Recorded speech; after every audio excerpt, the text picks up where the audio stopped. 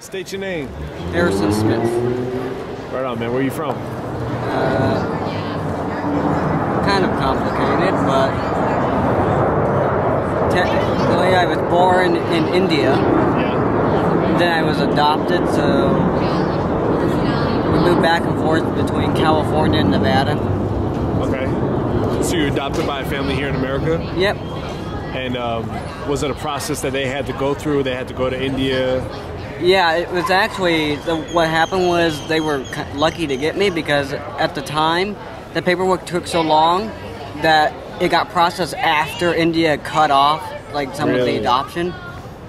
Was there a lot of, like, child trafficking going on in India at the time? No, what happens is, like, they have problems with people having babies, and then they go to these birth clinics, they have the baby, and they just leave without leaving any information. Right. And it's particularly prevalent in, like, some of the more populated cities like Calcutta. But what's interesting is my dad, when he got me at his work, he actually inspired other people to adopt kids from China, Japan, and India. Places. That's cool. Yeah. So how old were you when you first came to the United States? About 3. 3? Yeah. Okay, so you don't really remember the process too much? My brother, my older brother, was also adopted from India. But he was adopted at about 3 months old. Wow. And do you know him now? Yeah. Yeah? Oh, so you guys live, you were adopted by the same family? Yeah. Oh, that's cool. That's awesome. We don't know if we're blood related. Probably not. Oh, okay. Since he's 4 years older than me. Doubtful. Got you. So not necessarily blood brothers, but adopted brothers. Yeah. And he was at 3 months, and you came at 3 years old. Yep. Got you. That's awesome. So did you grow up with any kind of faith, like with your family? What did they raise you as? Kind of Christian, but it wasn't heavily enforced. We celebrate the holidays and whatnot. Right. And the majority of people in India, they are what religion? That's complicated. I mean, because it depends on the area that you're in. It depends on the area because there's like some Hinduism, some Buddhism, some Shia, some Christian. Right. It really depends because with British colonialism and like them being so close to the Middle East and China, the entire area is so diverse in religions you can't really place one religion and even a language. Sure. Like there are some villages where in one area you can have 16 to 30 different languages. Wow. And it varies on the village. That's crazy. Yeah. So, with all those like world religions, especially in a diverse country like that, did you ever kind of try and find it for yourself, or what did you believe in, and that kind of thing, or you just? I don't know. I'm still kind of figuring that out. Yeah. Right now, I'm just kind of being objective about everything. Sure. No, I have been asked. Some people have told me like, "Oh my goodness, you're saying you don't believe in God." Well, I'm a rationalist. I want evidence before I believe something. Sure. I don't fall for the appeal to ignorance. Oh, well, here's proof, but there's no proof. It can go either way. You can have 2 different conclusions for the same evidence. That's bad and very contradictory. Sure. Well, I mean, what does your heart tell you to do? Because it's like, well, some people can they go either way. Okay, well, yeah, there needs to be evidence for this and this and this. Yeah. But and I know some people who are heavily religious and it works for them. That's fine. I'm not very religious. Sure.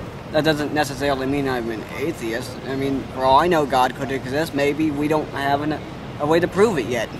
You don't really know. Yeah. Well, I mean, think about like this Earth that we live on.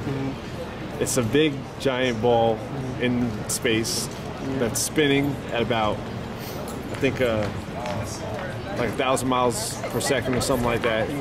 And then it's going around this giant ball of fire, and it's going at like 76,000 miles an hour. It's traveling around this big ball of fire. And then it has like the perfect living conditions for you and me to breathe and drink water, and it's kind of amazing. Yeah. People make that argument as proof of God, and it's actually debated among scientists as the anthropic principle. Well, if the conditions were off by like a few centimeters or whatever measurements, then we wouldn't exist. Like in astrophysics, they say they discovered dark matter. They don't actually know what it is. Right. And then what they debate is, well, if you have too much dark matter, then the universe can't exist because then everything's pushed apart. But if you don't have enough of it, then the opposite happens, and everything's just too constrained. Right. So it is really just finite balance. Right. Fine balance. We're kind of tiptoeing on a string. So it does kind of make you wonder. Yeah, right? So, I mean, do you feel like atheism is, like, really prevalent here on campus? Or just in classes and the stuff that you guys are taught? People seem to be skeptical of atheism because and the weird thing about America is it's like, well, we're really heavily religious, but what's odd is this is one of the most irreligious of times, by which I mean that, well, yeah, everyone's religious, but it's kind of changing. Sure. It seems like this transitionary period where it's getting weaker, yet some people are trying to keep it, I don't know, like keep the traditional ways. Okay. Like with the Mormons going into California and the whole Prop 8 issue. So, do you think like maybe people are moving from atheism to just being agnostic, like saying, oh, we know there's a God, but there has to be a God, but we don't know what it is, and that kind of stuff? That's possible. It's not really clear. Yeah.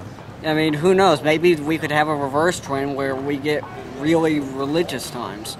Mm-hmm. You know, you just don't know. I think it's partly due to the like globalization and people being so intertwined and all these different perspectives. Do you believe in the New World Order? I have to remember what that is. Like the Illuminati and stuff like that.